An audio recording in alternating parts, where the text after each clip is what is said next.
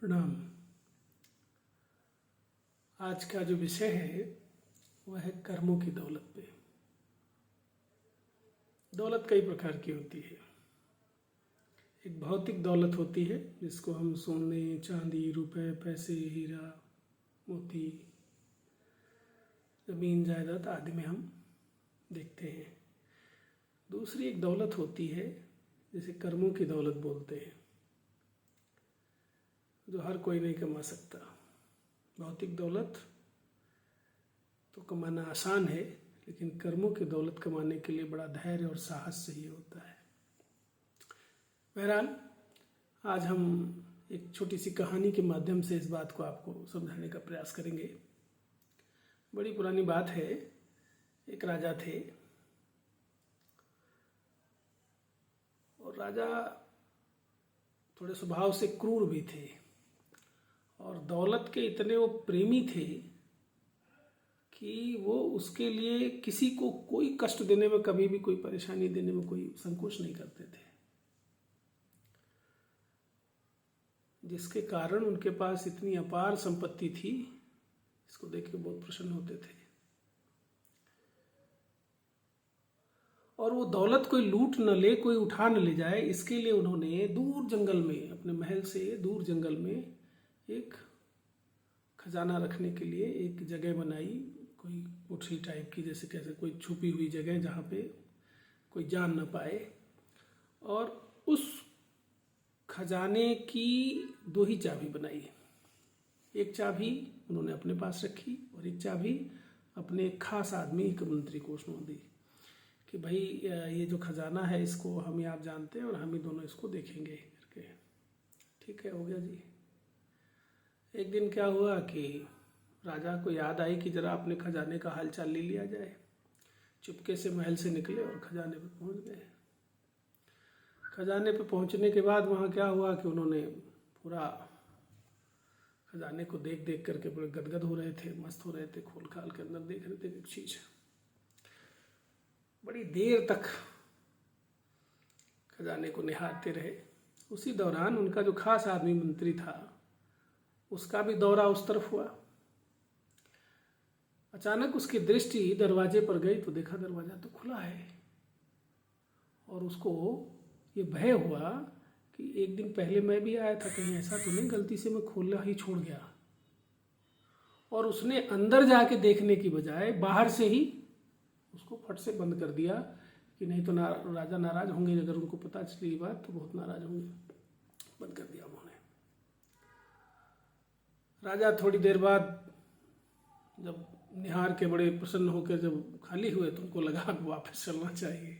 जब निकलने की बारी आई, जब दरवाजा पास से दरवाजा बंद, बड़ा पीटे पाटे चिल्लाए कि भाई खोल दो दरवाजा। कोई था नहीं, कोई जानता भी नहीं था कि राजा आए हैं।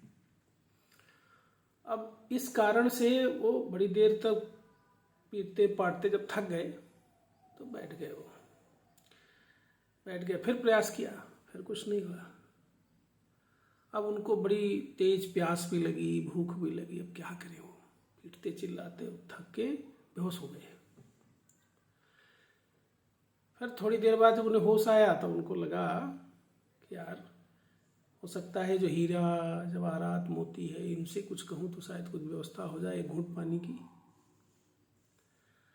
उन्होंने हीरे से कहा कि मुझे एक गिलास पानी और थोड़ा खाने को दे दो।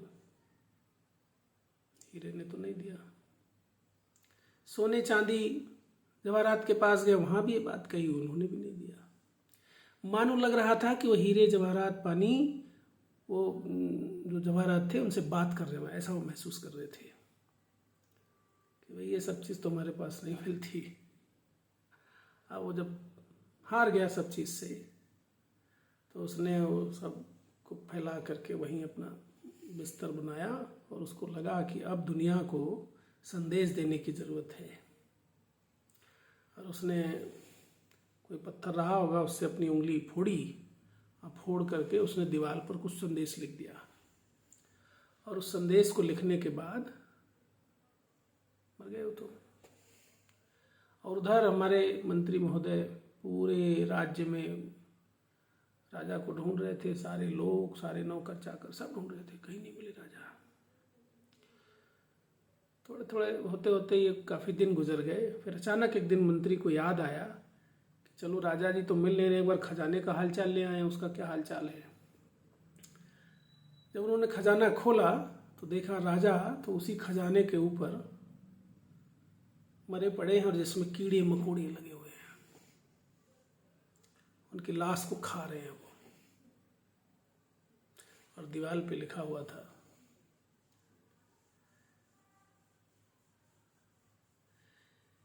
ये दुनिया का नायाब हीरा भी मुझे एक गिलास पानी नहीं दे सका। इसलिए सच्ची दौलत वही है जो कर्मों से कमाई जाए।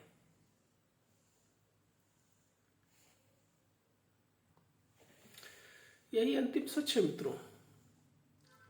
आखिरी समय आपके साथ आपके कर्मों की दौलत ही जाएगी। चाहे आपने कितने ही हीरे, मोती, सोना, चांदी आदि इकट्ठे किए हों, वो तो नहीं जाने वाली।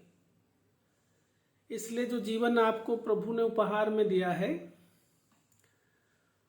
उसमें अच्छे कर्मों की खेती करो। बिना स्वार्थ के किया हुआ कर्म आपको